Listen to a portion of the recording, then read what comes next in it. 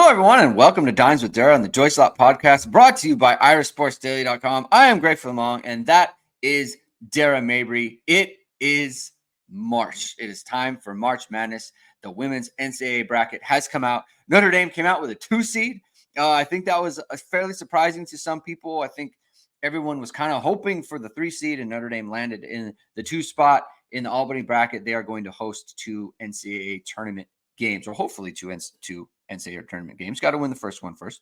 But that is what's on deck. We're going to talk about that. We're going to break it all down today. Thank you, everyone, for tuning in. If this is your first time catching our show, please hit the like button. Please hit subscribe. Please hit the notification bell so you know whenever it is we are going live. Links to this show are going to be in the description below this video. And Dara, it is March Madness time. And so that means you are going to want to stay cool as the final moments of the buzzer beaters are coming down. There's going to be so many buzzer beaters. You want to make sure you're cool and fresh. A lot of people will be watching these things at work. You don't want to sweat through your clothes, Dara. You don't want to do that. So you're going to want to head over to ESQ Clothing to get your custom bamboo dress shirt from Ga Wang, who founded ESQ Clothing. You've seen ESQ on all your favorite Notre Dame players and coaches. They have over a decade of making the best custom clothing available to specs. Get your ESQ outfit ready to go. Get your ESQ bamboo dress shirt, which is 3 degrees cooler than cotton. So that's what you want to be wearing as you sweat out these games in the office. From a perfect fitting suit or sport coat, shirt or bomber jacket, or the perfect tuxedo for wedding season, check out Ga's amazing work at esqclothing.com.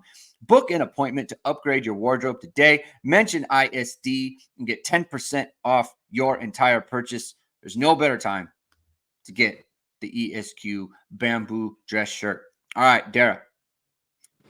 2 seed for Notre Dame in the Albany bracket. Let's pull up the bracket. And when we do that, I want you to kind of break down how you think Notre Dame came out here. A lot of people noticed they're on South Carolina's end of the bracket, which is tough, right? They look pretty good. They look pretty good. Okay. But you texted me, you said you liked where they stand in the bracket. So tell me what you think about this. What do you think about getting the 2 seed, and then how they look to set up on a nice little tournament run here? Yeah, I think this is great. Start off Kent State. I think that should be a win. I think we should honestly handle business all the way through at home. That Ole Miss Marquette game is going to be a really good game. Those are 2 really good teams, and the Marquette coach. If Marquette were to get the win, the Marquette coach Megan Duffy is a Notre Dame women's basketball alum. So that would be really interesting. Her coaching with Neal. I don't know if coaching against Neal. I don't know if they ever came across each other. I don't know their years in college, if they played together. But that would be really cool. Ole Miss is a really good team. Coach Yo is a really good coach. They're fast, athletic. They play downhill. They have some players on their team that have gotten a taste of the ACC, so that would be a really good matchup. If I had to pick one, just based off of what I've seen from this year, I think Ole Miss would get that win. And then if we go up further into the bracket of teams that we could potentially face, Oregon State is really good, and so is Nebraska. So is Texas A&M. Joni Taylor's a really good coach. I know that they're feeling really good because this is the start of something special for her at Texas A&M. We played Oregon State in a Florida tournament, I think 2 years ago, my senior year, and we blew a 22-point lead, ended up winning the game by 1 point. So we've gotten a taste of Oregon State. They shoot a lot of threes. They're really good. And then we go up further into the bracket. Indiana, obviously a really good team. Oklahoma, we've seen. And Florida Gulf Coast always gets that 12 seed, that spot, and they're really good. That 5-12 is going to be a really good game. And then obviously at the top, can't miss South Carolina sitting right there at number 1. But here's my take on it. I think we can go all the way because of how we've been playing recently. Now, if you asked me 6 weeks ago what you think, I would say maybe we would stop earlier on. but I am confident that we can beat South Carolina. If you think about how we've been playing, and then if you take a look at our last 4 weeks compared to South Carolina's last 4 weeks, people have come close to beating South Carolina. And I think at one point in the year, everyone was like, nobody is beating them. Yeah. They were unstoppable at one point, and then I think other teams may have started to gel a little bit more. It's not that South Carolina is not playing as well; they're really freaking good. But I think the way that we've been playing recently, obviously the goal is to win a national championship, but I think that we could handle South Carolina. I mean, I think it would be great if like somehow Camila Cardosa and then they tried to like fight some teams before again, like they just did at the end of their last game, right? Like, because it's especially with Kylie Watson being out, right? So she announced yesterday she tore ACL, she's out for the rest of the year, which is obviously terrible for her. That's what we suspected. So that doesn't come to any surprise, but that just kind of confirms it. Notre Dame is now down to 6 players, and like Camila Cardosa was a tough matchup for them anyway, and now you're down Kylie, so that's tough, right? Like that's just one of those please have a bad game type of situations, right? Like that's just something that would be baked in. Of course, that's looking way far ahead. Let me ask you this though, like, do you think that let's just assume, like personally, I don't think North Carolina can give South Carolina the problems. Me neither. Yeah, I don't think they can. Agreed. Okay. They've lost their last 4, I think. Yeah. Also. Yeah. And they had like a tough out in the ACC tournament as well, just like Very the way tough. that went. Yeah. Do either Oklahoma or Indiana have the juice, something in there to beat South Carolina, to give them an upset? I think it would be IU. Okay. IU plays a really fast game and they shoot threes. More of like a volume game. Like they're gonna run, they're gonna push, and they play really hard on defense. Yeah. I don't know if South Carolina's athleticism though would be something that they would be able to handle. Just in terms of being able to guard in South Carolina, getting downhill and then finishing at the rim. I don't know if that's something that IU would be able to handle. But I think if someone up here in this bracket that we're looking at, it would be IU. Yeah. In my opinion. I don't think Michigan State, no. North Carolina, no. And definitely not the rest of them. I think if someone was going to give them problems up there, it would be IU. And, like, I can't even – it almost feels wrong saying that, like, no one will beat them because of the surprises that not only what we've seen and what we're going to see. Like, March is an insane month. The amount of upsets that happen, the buzzer beaters, players having breakout games in March, like really anything could happen. I don't suspect South Carolina to pull off like a major upset, but like I wouldn't be that surprised if a 4 seed beat them. We talked a little bit before about Notre Dame getting that 2 seed. And we were discussing how it was kind of between Notre Dame and LSU for that last 2 seed spot. Notre Dame gets the nod. They had more ranked wins than LSU did, and LSU had a couple unranked losses, which was kind of dropped them down there. Did you expect that? Was it a surprise to you personally? Did you think they were going to be the 3? And have I think they still would have got to host, I believe, but what did you think? I think I was like, oh my gosh, I thought we were locked at a 3. Yeah. And I think everyone was just happy that we were going to host, because at first, like a couple weeks ago, it was on the fence if we were going to host or not. And then we were like, okay, we won the ACC tournament. We're definitely going to host. And then they give us the 2 seed, which is perfect. The higher, the better. So I was a little surprised, but at the end of the day, when you break it down, we deserved the 2 seed. We didn't have unranked losses, and this is take my personal love for Notre Dame out of it. Notre Dame deserved the 2 seed over LSU. No unranked losses, and I think we had more ranked wins. And I don't know what the stat is right now. You can't quote me on it. I don't know if the ACC. I think ACC and SEC bring 8 or 9 each. But I think at one point the ACC had more ranked teams than the SEC did, so that is out of LSU's control, but maybe hurt them down the stretch. So yeah, I think we at the end of the day absolutely deserve that 2 spot because no unranked losses, which really helped us. And that's also, if you think about it, the power of the schedule at the beginning of the year. Yeah. When you have a good schedule, a lot of ranked opponents early on, it helps you later on. You got that UConn win, right? Like this is when you look at it this time of year when it's like, hey, there you go. That's why you play a Big East team in the middle of your ACC slate, right? You play a team like that, you win. Exactly. There you go. It helps you with the seeding. I guess credit to the committee for not jamming up Notre Dame on the injury stuff, right? Yes. Because they could have factored that in, right? And you mentioned before, like they didn't do it with Virginia Tech either, losing Liz Kitley.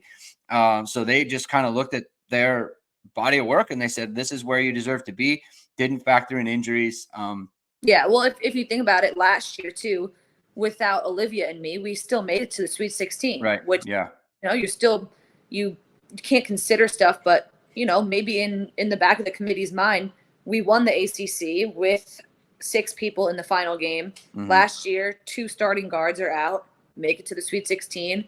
And then in past history with our program, we've won national championships with 7 people available. Fair analysis. Good analysis by you on that. So yeah, it makes sense that they would just say, okay, like we've seen it happen before. They have their big 3, right? I think maybe it would have been different if one of Maddie, Sony, or Hannah were out, but that is not the case. Yeah. So you mentioned how Notre Dame is playing. I guess where do you just kind of put on the most objective hat you can for this? Okay.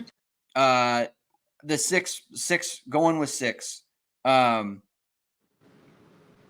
Yeah. Is it in there? Is it in there for them? I just kind of worry, like, man, that's like anyone gets in foul trouble and you're like in a real bad way. Right. That's concerning, obviously. Foul trouble.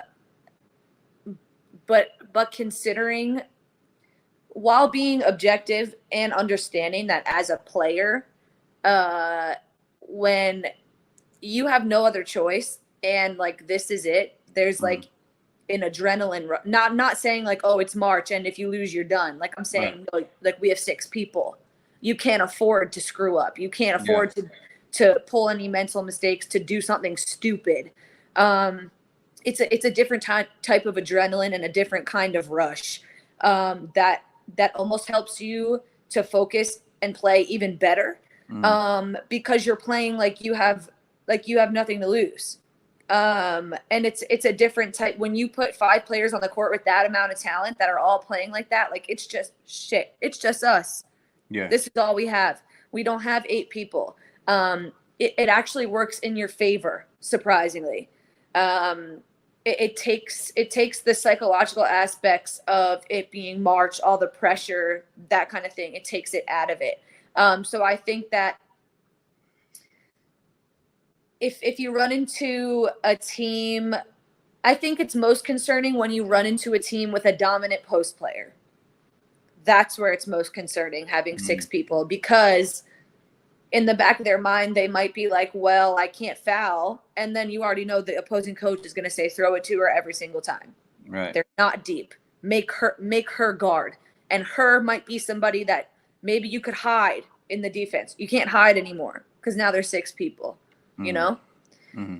So I think that's where realistically, with my objective hat on, that's where it's going to cause problems, is when you run into a dominant post player. Unless we could go zone, but you can. And Notre Dame's been very effective at that, so that's good, right? Like they have a lot of kind of like a really good track record of going zone at kind of key points, which is interesting in terms of the chess match of when Niele decides to go zone and when she decides to stay with man.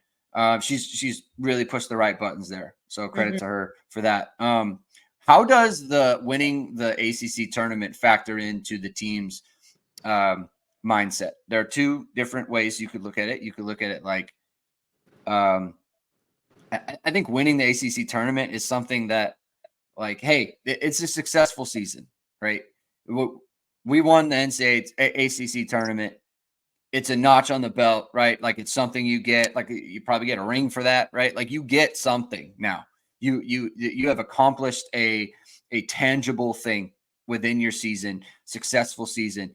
And so therefore you could say like, hey, the rest of this is kind of house money. We're playing with house money. We've already done something this year. Let's go play loose. Or you could say, hey, like, we already won something.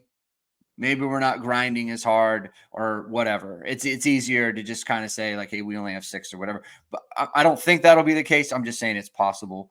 Yeah. But how does the team kind of react to, having already accomplished such a big thing with this kind of looming ahead? It's different because on a team like Notre Dame, the standard of excellence is so different. So when I know Niel's probably telling them like, yes, we celebrate, you get your flowers for the ACC tournament, but now it's another business trip. It fuels you because when you play in the ACC, it's hard. It's hard to win. It's hard to win at home, and it's even harder to win on the road, and even harder to win in March. So when you play in a conference like that and you win the ACC, it's a different type of feel because yes, you're competing with the rest of the country in other ways, but in the conference itself, it's so competitive from top to bottom. So they feel great. It's going to carry them through March. It's going to fuel them. And I'm not just saying that because I'm supposed to get on here and say that. That's not like I've been in the program before. I've been a part of this before. So this is me using my personal knowledge, saying like explaining the type of feeling that you have. Like, yeah. And they did that over the last 4 weeks. So they beat, I don't know who it was. They lost. They're like, damn. They regroup. They beat Virginia Tech. And now they're like, oh, okay, we beat Virginia Tech when nobody had us winning that game. Beat Louisville. Beat NC State. And then carried it all the way through the ACC tournament. Like, what makes anyone think that they're going to stop there? Like now they probably have their hats on like, oh, yeah, we really can win this thing. And you can tell like Maddie Westbeld is playing with a confidence that I've never seen her play with before. And we have Hannah Hidalgo in our point guard and Sonia, who's showing emotion. Even all the times I played with Sonia, she's never showed that much emotion. Granted, she's in a position where she has to do a lot more as a leader this year, but she showed emotion. Like other people are coming out of their shell. Nat Marshall's playing the best basketball that she's played. And then Kylie goes down. So the motivation factor is definitely there. It's definitely there. And I'm really excited to see what they're going to do. And it's good because they have that confidence. And then it was validated by the fact that they won the tournament. Right. Like that is just like reinforcing. It's very reinforcing for them. Yeah. So that's good. Anything else on the bracket at large that kind of jumped out to you? Someone, some team like looks like they're well set up. Who did you? Who were you looking at? I saw a lot of controversy on Twitter about, I think it's the Albany on top, or is it Portland? Yeah, it's Albany Regional 2. I saw a lot of people saying like the NCAA wanted to make it balanced and fair. And then I think someone tweeted like, oh, the committee chose violence when they made this region because of how many good teams could face each other early on. Like LSU Louisville in the second round. Yeah. Potentially. I know Middle Tennessee beat Louisville last time. But Colorado could face somebody really good early on. Colorado, a team that beat LSU earlier this year. Right. Yeah. And Creighton's a really good team. That last bracket down there, UCLA, Creighton, UNLV, California Baptist, that's a good bracket. Like all of these are really good and competitive up here. I looked at our bracket and I was like, I love our bracket. I like our chances. I really like it. I looked at this bracket like, goodness, like these are going to be like some more exciting games up in this bracket. Yeah. So that side of the bracket really did. That's one thing that stood out to me a lot. What's your take on the whole? We haven't talked about this, like even offline, really. I don't know why. What's your take on the whole, like Caitlin Clark hysteria? I guess is a way to put it. I mean, I don't want it to sound pejorative on her part because she's just playing. Yeah. I feel like there's so much that goes around her. Like Holly Rowe is tweeting out like she requested to be taken off some assignment and like only wants to cover Iowa, which like she's going to be like the Iowa beat reporter. Really? I didn't see that. Yeah, I think that's what's going on. She's basically so in the NBA there's a thing where it's like LeBron especially like he has a beat guy, right? Yeah. And with like ESPN, like just ESPN guy just covers LeBron. It was Brian Windhorst for a bit, and then it was Dave McMenamin for a bit as well. But so she's gonna just basically cover Iowa, like she's following Iowa around the tournament. And a lot of people were like, maybe she should have just done it and not tweeted it out because I feel like Caitlin Clark is like a huge lightning rod for discussion, just period. I guess what is your take on that as a media personality, right? Like you're in media, right? You're doing color commentary and things of that nature. What's your take there? I like it. I can't Holly Rowe being as good as she is at what she does, and then all the stories that come out of Caitlin Clark in Iowa. Yeah. And what they've done and just what she's done for women's basketball. I think Holly is a great person. She's a really good storyteller. She's really good at chatting with you. I've chatted with her obviously before games before. She's great at capturing the really good moments. And I think Iowa has great moments, like even outside of Caitlin Clark. Mm-hmm. Like I think Kate, the other guard on the team, she's always like being seen holding a little kid after the games. Oh yeah. And it's a really, they have really good stories. So if they want to send one reporter to cover that, it might work in the broadcast favor because there'll be consistency in it. Instead of having a different sideline reporter, because that's what Holly is, sideline. She's not color commentating or the play-by-play. So she's more of like the inside scoop storytelling. So if she's following them around, that might be kind of cool. And I think it's a perfect person to do it. I think everyone else is, deserves Holly's storytelling abilities, but I like that idea. I can't say I'm mad at it. I mean, I definitely like it in terms of just like you got it to look. Caitlin Clark is a show. You got to treat her like a show. It just you just do, right? And look, it's good for the women's game, and even the stuff with like LSU and South Carolina, right? Oof. Like that's great for women's basketball. Period. Right? Yeah. Look, do we need people coming out of the stands? We don't need that, right? No one needs that. Like that's not something that is necessary. Okay, don't need that. But there have been in men's basketball, there have been situations where teams just don't like each other and they go at it and they do things like those two teams did, right? And I don't think that, like, Don Staley apologized afterwards and, classy or whatever. And then Kim Mulkey said,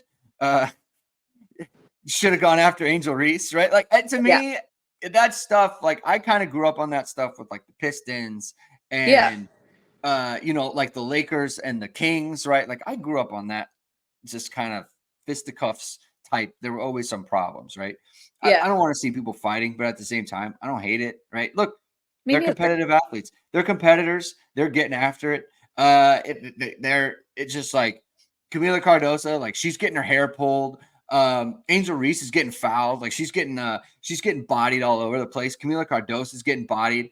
And Cardoso only responded when it was like the Fonte Johnson doing something to her teammate. And it's like, I'm going to stick up for my teammate, runs over.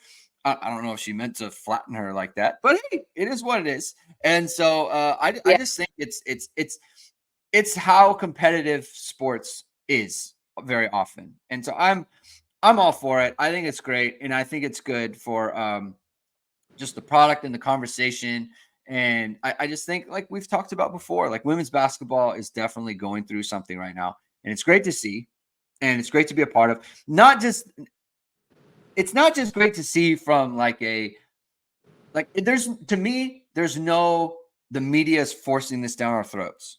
Like there are legitimately great teams, great stories, great players like Hannah Hidalgo, Juju Watkins. Like Hannah Hidalgo leads her team to a 2 seed, right? With so many injuries. Juju Watkins leads her team to a 1 seed at USC, right? Both freshmen, right? And when have we ever seen this type of freshman? Like they're so good and they're such great players leading their teams to legitimately good seasons, right? Like leading legitimately good teams to great seasons. I think it's awesome, right? Caitlin Clark, she's unbelievable. Caitlin Clark's unbelievable. That's the part that I think gets kind of lost. It's like she's not just hype. Like she, like the way they like the shots that she was hitting to win the Big Ten tournament were just bombs. She's making bombs from all over the court. So I think it's great, Dara. Do you have any take on that before we move on? No, I think it's great. I think that because now people are people are now really diving into women's basketball. Like it's getting the attention. Like there's still work that needs to be done, but it's now getting more attention that it deserves. I think people like do make a really big deal out of things. Like obviously when they see someone getting their hair pulled, like it's more of a spectacle than it would be like in the men's game. Like if you know, someone on the Pistons elbowed somebody on the Knicks, like square in the face, it probably wouldn't be blasted everywhere like that. But if it's media attention and people are watching it, like, and it's growing the game, then okay, so be it. But I think people like, we play the game too. We play the game just like men do. We have the emotion and we put in the physical exhaustion and the hours and the sacrifice just like men do. So I think that people sometimes are surprised when someone gets their hair pulled or someone gets punched in the face or runs out of the crowd. I've personally never seen that before. But yeah, I mean, I think it's great. Caitlin Clark is phenomenal. She deserves all the media attention that she's going to get, all the accolades. And I think it's growing in the right direction. And I'm really excited. I mean, every year, even since I've been playing and my sisters have been playing, the attention that it's gotten has continued to rise up. And we deserve it. As women, we definitely deserve it. We're giving our fans that come out a great show, a great time, awesome experiences. And it's very rewarding to see what society has done regarding women's sports. And I think deserve is a word. I think earned is a word as well. Yeah. I think it's been earned through the play, the level of play. I think it is earned eyeballs on the sport, and it's good stuff. It's really good. We should wrap up the show with talking about the men's basketball team. I actually got a question on our Hit and Hustle show. Someone wanted us to they asked, they watched the show, they watched Dimes with Dara, and they asked, am I gonna start a men's basketball show and who would I want on it? And I said, Dara Mabrey. Like Dara covers the team. Like why wouldn't I have Dara talk about the men's team, right? You cover them, you're on campus. So what is your finished 12-17? They ended up winning 5 of 6, won the first round game in the ACC tournament. Look, they were like a 2-win team or whatever, 3-win team in conference, and they ended up with 12. So or with 12 total victories and 7 conference victories. So where do you come out on the Micah Shrewsberry era? I guess the start of it. What did you see from them? What are your kind of I guess moments of hope? Where like some good signs going forward from him? Yeah. His from top to bottom, their whole staff is great. Off the court, phenomenal people. The culture of the program is, I mean, I'm not in the program, but from what I've seen and being around them a lot in the building, the culture of the program is in great hands. And that's the start of something really special, is good culture. A lot of times, so many people are quick to criticize players, stats, win-losses. If the foundation is healthy and solid, then that program is in great hands, and it's going to continue to get better. He can coach. Micah Shrewsberry can coach. His staff is really great too. They can all coach. They have great experience. They know the game well.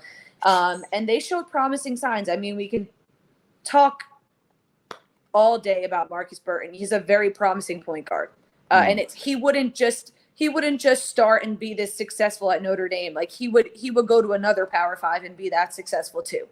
And I think if Coach Shrews can benefit from the transfer portal and get I think maybe a more dominant post presence in there. I personally like the upside of Kerry Booth a lot. But maybe not in the paint all the time. I like moving him in and out, and then maybe throw in a post player. Tay Davis is really good too. Really, really good upside.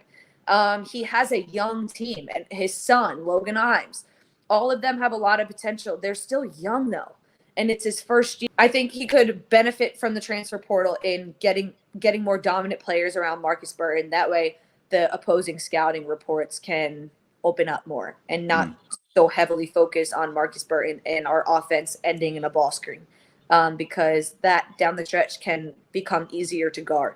But I think if you go back, the foundation of the program is in really good hands, and I think they're going to get better. They showed promising signs.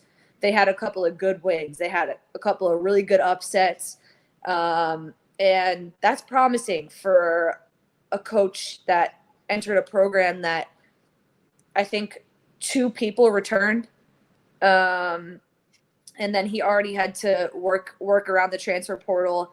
So he can do it, and he's going to do it. He has the support system, and I'm excited for them because he can coach, and the players seem to love him from what I've seen. So if you have that, it'll take you a long way. I think he inherited a program that had kind of forgotten how to win, you know, and at the end they've been doing some good stuff, but like the shooting is the shooting, right? It is what it is. They were doing good stuff defensively. They were doing good stuff rebounding, right? They were doing a lot of good things, but they just didn't know how to win anymore. And at the end of the season, they were finally able to, like, hey, this is how we win games. This is how you win games. This is how a good program actually operates, right? Yeah. And that goes to culture, and that goes to the players buying into their coach, their teammates, and the program itself. And so that's a huge deal. I think the Marcus Burton thing is a revelation. You know, thank goodness for him. He just really carried them throughout the year. He's another guy with Hannah where it's like he's not small. Like Hannah is small, but she's not small for the women's game, I feel like. Whereas Marcus Burton is small, and he was able to kind of hang in there and stick through. So that's a great job by him. So that's really good stuff. So we're going to be keeping track of that. Maybe next year, Dara, we're gonna be sticking through the men's team. We're gonna be here with everyone through the NCAA tournament for the ladies. We're gonna be keeping really good track of that. So you're gonna want to stay tuned with us. Hit the like button, hit subscribe, hit the notification bell so whenever it is we are going live. We are going to plan some live shows for after the NCAA tournament games. Probably not Saturday. In fact, definitely not Saturday because I'm busy with kids, and I think you're flying all over the place. You're a jet setter. You're all over the place. So, but we're gonna be doing some shows, giving instant reaction to these things. So you want to stay tuned in. Thank you everyone for tuning in. We'll talk to you soon. Dara, what are we gonna do? Keep getting them buckets.